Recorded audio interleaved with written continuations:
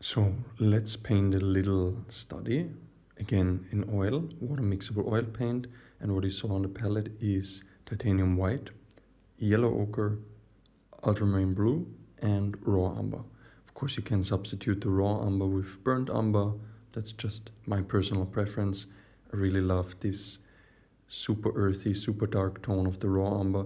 Burnt umber, like the name suggests, is a little bit more reddish, a little bit more fiery in tone, especially if you thin it out, if you spread out the paint on the canvas, you will really see this reddish quality stronger. But anyway, here in the background, I used mostly yellow ochre, a little bit of titanium white for a little bit of lightening, and on the right side, on the right corner of the background, is a little bit of French ultramarine mixed with the yellow ochre, and for the actual sculpture part, for the statue, the head bust, which is, by the way, Leonardo da Vinci,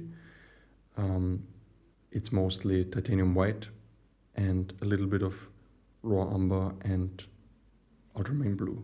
So if you mix ultramarine blue and raw umber, you get this really dark tone, which looks almost like black, as you can see at the bottom of the sculpture.